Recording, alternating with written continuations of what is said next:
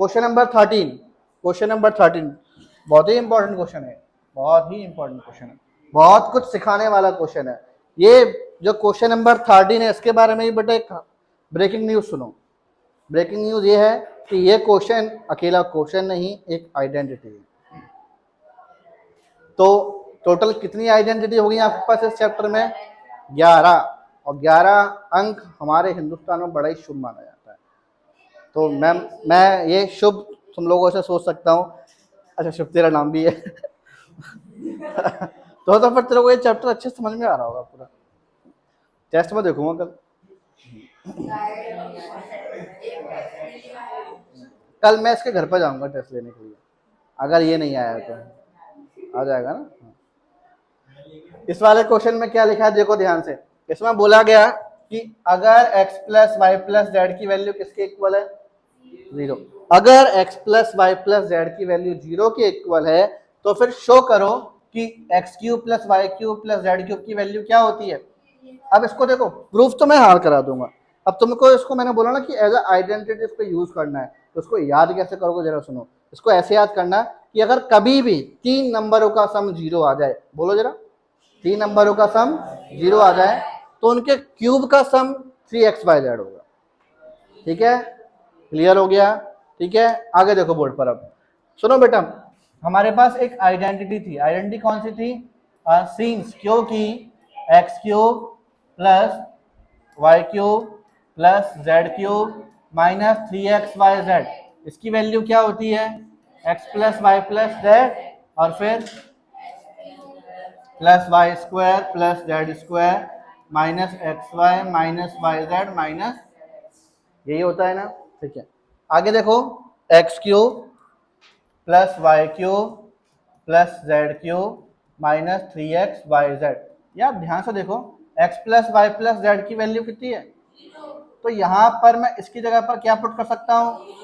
0। अंदर क्या बच रहा है? X square y square z square minus x y minus y z और माइनस का ये बच रहा है ना। ठीक है यार, 0 तो इतना ढीठ नंबर होता है मैथ्स में, इसको तो आप कहीं भी फेंक दो सब बर्बाद करके ही लौटता है। 0 को अपन पूरे से मल्टीप्लाई करेंगे, पूरा क्या बन जाएगा? 0। और यहाँ पर x cube y cube plus z cube minus 3xyz, x cube plus y cube plus z cube, ये माइनस 3xyz बेटा यहाँ से यहाँ जाएगा तो किसका बन जाएगा? प्लस का। ओए ओए क्या हो गया? प्रूव हो गया। यही तो लाना था, चेक करो, चेक करो मिल गया कि नहीं मिल गया। यही प्रूफ करना था ना, हमारा ये प्रूफ हो चुका है। प्रूव हो गया वो एक अलग बात है, लेकिन हमने यहाँ पर सीखा क्या वो बहुत बड़ी बात है।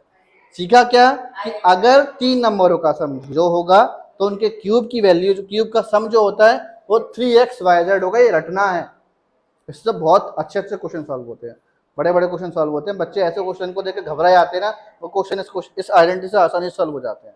एक्स्ट्रा क्वेश्चन कराऊंगा इसका, तब समझ में आएगा तुम्हें। चलो अब इसका अगला वाला क्वेश्चन देखो, क्वेश्चन नंबर 14। क्वेश्चन नंबर 14 देखो, क्वेश्चन नंबर 14 में क्या लिखा है बेटा? इसमें without actually calculating the cubes, इन्होंने बोला है क्यूब क्यूब कुछ मत निकालो, आपको वैल्यू निकालनी है। किसकी वैल्यू निकालनी है? इसकी वैल्यू निकालनी है कि -12 का क्यूब प्लस 7 का क्यूब प्लस 5 का क्यूब, फिर इसका सम बताओ। अब सुनो, विदाउट एक्चुअली कैलकुलेटिंग, कैलकुलेट मत करो, लेकिन फिर भी क्यूब की वैल्यू निकालो। बेटा मैं विष्णु भगवान का अवतार थोड़ी ना है, कैलकुलेट करो ही मत ही क्यूब और आंसर निकाल ही दो। फिर अपन ने सोचा चलो ठीक है अपन अवतार नहीं है, वो एक दूसरी बात हो गई, लेकिन अब बुक में प्रश्न आया है तो शायद इसका हल ऐसा होता भी होगा, है ना, बिना क्यूब निकाले सब भी निकलता होगा। फिर बगल में पता पड़ा कि भैया बगल वाले गांव में एक आइडेंटिटी थी, वो अपन बगल वाले गांव में देखने पहुंच गए। क्या देखा अपन ने कि अगर 3 नंबरों का सम 0 होगा तो उनके क्यूब का सम कितना होता है? 3xyz। तो मुझसे 3 नंबरों के क्यूब का सम ही तो पूछा है, ये तो पूछा है कि नहीं पूछा। तो मैंने चेक किया क्या इन तीनों का सम कहीं 0 तो नहीं है, कहीं 0 सम तो नहीं है इसका। अगर इसका सम 0 निकला तो भैया मौज ही मौज है, मजा ही आ गया। क्यों? फिर तो बस आप आराम से निकाल दोगे, इनका मल्टीप्लाई कर दो बस। चेक करते हैं मैंने देखा यहाँ पर, मैंने बोला कि सिंस क्योंकि -12 +7 +5 इन तीनों का सम कितना है मेरे पास? है जीरो की नहीं है? अरे जीरो है कि नहीं है? जीरो है ना, तो हमारे पास यहाँ पर क्या होगा? देयरफॉर इस हिसाब से बेटा हमारे पास यहाँ पर -12 का क्यूब +7 का क्यूब और +5 का क्यूब जो होगा वो होगा 3x y z। अब इनका मल्टीप्लाई करना है, बस आंसर आ जाएगा। कितना आ रहा है? 1280 माइनस का आएगा, माइनस का 1280। देखो बेटा ये मैंने मल्टीप्लाई करके नहीं लिखा है, बच्चे ने बोला है इसलिए लिखा है। आप लोग आंसर को चेक जरूर कर लेना, खुद से मल्टीप्लाई करके जरूर चेक करना। सही है, वेरी गुड। चलो समझ में आ गया इसका पहला वाला पार्ट। सेकंड वाला पार्ट कराऊं? कराना है सेकंड वाला पार्ट? चलो मैं बताता हूँ, एक बार ओरली समझा रहा हूँ। ओरली यहाँ चेक करो बेटा, इन तीनों का सम जीरो आ रहा है क्या? एग्जैक्टली जीरो ही आ रहा है। तो फिर इनके क्यूब का सम कितना होगा? क्या आएगा इनका क्यूब का सम? 328 -15 का मल्टीप्लाई। लो मैंने बोला था कराऊंगा नहीं, करा भी दिया। अब तुम लोग इतना लिख लेना है, उसको खुद कर लोगे, कर लोगे ना? चलो क्वेश्चन नंबर 15, क्वेश्चन नंबर 15 पर आते हैं बेटा। क्वेश्चन नंबर 15, क्वेश्चन नंबर 15 में लिखा क्या है? इसमें बोला गया हमसे गिव पॉसिबल एक्सप्रेशन, अपने हिसाब से जो पॉसिबल हो सके वो बता दो। आपको लेंथ और ब्रेड्थ के लिए कोई एक्सप्रेशन बताना है। अगर हमें नीचे जो एरिया लिखा हुआ है ना, वो रेक्टेंगल का एरिया है। किसका एरिया है? रेक्टेंगल का एरिया। 1260 है ये। चलो कोई बात नहीं, अपन कर लेना उसको। तो मैंने क्लियर बोल भी तो दिया है कि मैंने नहीं लिखा कि बच्चे के बोलने पर लिखा है।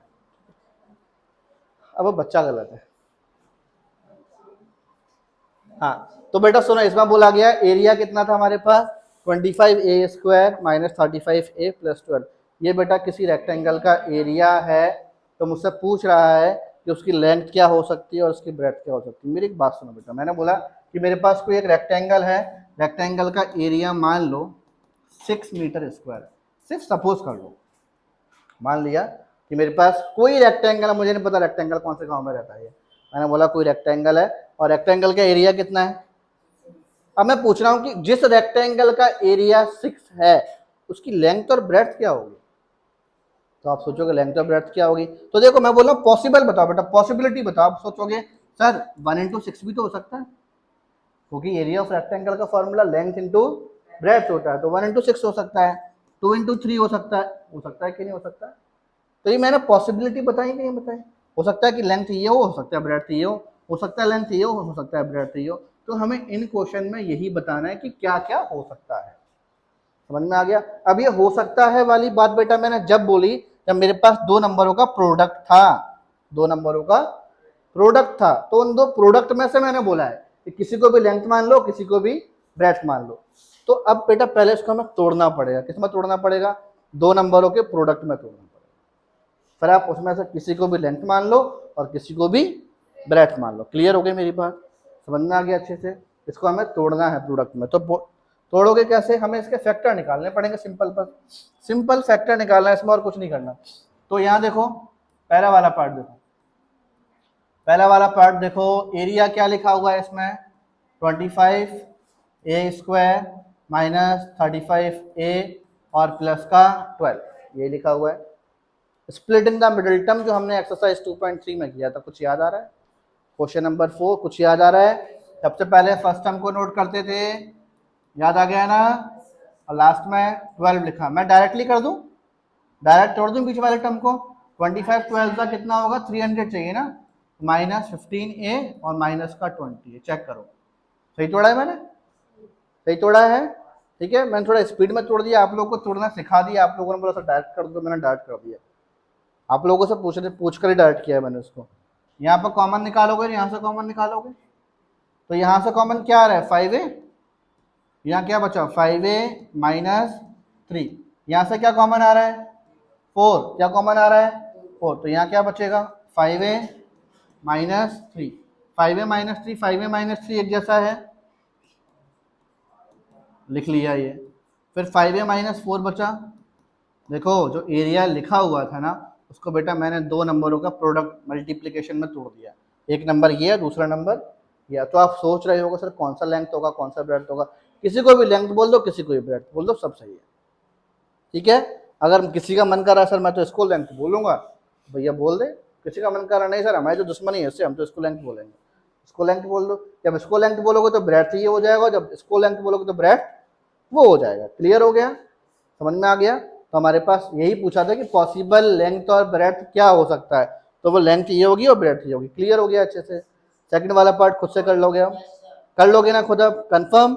आगे चलो, last question of this exercise as well as of this chapter, पूरे चैप्टर का लास्ट क्वेश्चन ये।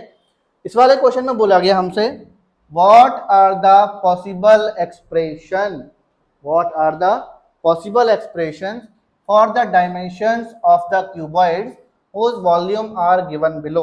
हमें वॉल्यूम दिया हुआ है, मैं इसका सेकंड पार्ट कराता हूँ, इसका मैं दोनों पार्ट कराने वाला हूँ, ठीक है। पहला वाला पार्ट क्या है इसका, वॉल्यूम, वॉल्यूम ऑफ क्यूबॉइड लिखा हुआ है 3x स्क्वायर माइनस 12x। अच्छा बेटा मेरी बात सुनो, क्यूबॉइड का मतलब सभी लोग जानते हैं, क्यूबॉइड सभी ने देखा होगा, ये क्यूबॉइड होता है, सभी ने देखा है ना क्यूबॉइड। क्यूबॉइड में हमारे पास तीन चीजें होती थी, लेंथ, ब्रेड्थ और ये हाइट। इसके वॉल्यूम का फॉर्मूला याद आ रहा है, क्लास 8 में पढ़ा होगा, L into b into h, l into b into h. तो क्वेश्चन में अब ये बोला गया कि ये जो मुझे इसमें दो पार्ट दिए हैं, ये वाला और ये वाला, ये दोनों को दोनों वॉल्यूम है किसका, क्यूबॉइड का। तो मुझसे पूछ रहा है पॉसिबल बताओ, फिर से वही पॉसिबिलिटी की बात आ गई कि क्या लेंथ होगा, क्या ब्रेड्थ होगा, क्या हाइट होगा।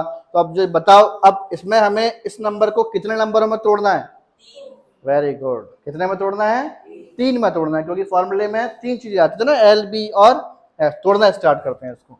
इधर मैं साइड में लिख भी देता हूँ कि हमारे पास जो वॉल्यूम का फॉर्मूला होता है ना क्यूबॉइड का, volume of cuboid l into b into h. अब इसको साइड में ले जाते हैं, इसको अपन यही ले जाते हैं, थोड़ा सा याद भी बना रहेगा, छोटा कर लेते हैं बस, ठीक है।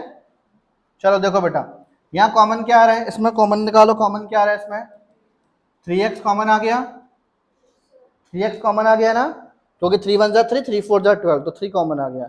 इसके पास 2x है और उसके पास एक x है, तो x भी कॉमन आ गया। अंदर क्या बचा, x माइनस 4, यही बचेगा कि नहीं बचेगा, यही बचेगा।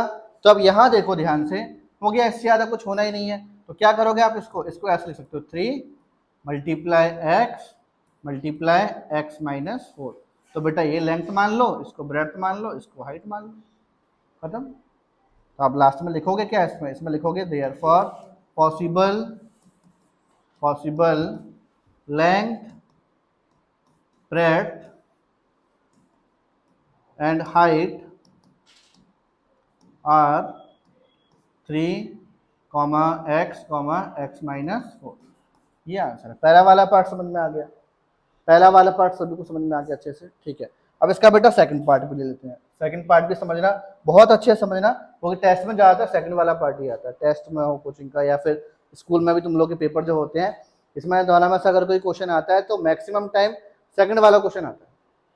तो सेकंड वाला, इसीलिए तो मैं इसके दोनों पार्ट करा रहा हूँ, इसीलिए इसके दोनों पार्ट करा रहा हूँ। सेकंड वाले पार्ट में वॉल्यूम क्या लिखा है हमारे पास,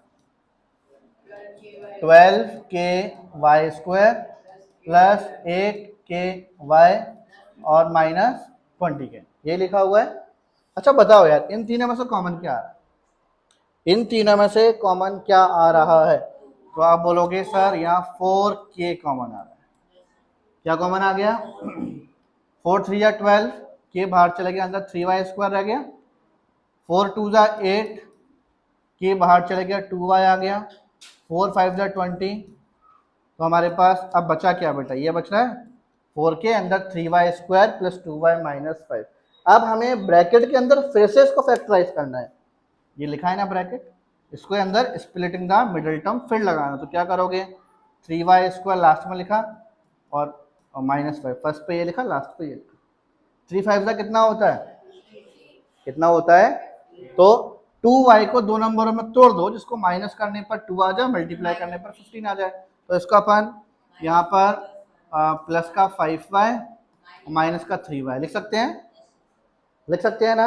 अब यहाँ से कॉमन निकलेगा और यहाँ से कॉमन निकलेगा, तो यहाँ हमारे पास 4k बचा, इसमें से y कॉमन आ गया तो अंदर क्या बचा 3y प्लस 5, इधर से 1 कॉमन आ गया, अंदर क्या बचा 3y plus 5, 3y plus 5, 3y plus 5 कैसा है एक जैसा है, तो 3y प्लस 5 और यहाँ पर ये कितना आ गया y माइनस 1। तो हमारे पास देखो बेटा 3 नंबर आ गए, एक नंबर ये है, ठीक है, 1 2 और 3। तो हमारे पास there four possible length breadth and height are 4k, 3y plus 5 and y minus 1। अब समझ में आ गया सभी को अच्छे से, पक्का समझ में आ गया। इसी के साथ बेटा हमारी एक्सरसाइज 2.4 खत्म हो चुकी है, चैप्टर 2 भी खत्म हो चुका है। उम्मीद करता हूँ सभी को अच्छे से समझ में भी आ गया, कंफर्म, ठीक है। अब इसको छापना स्टार्ट करें।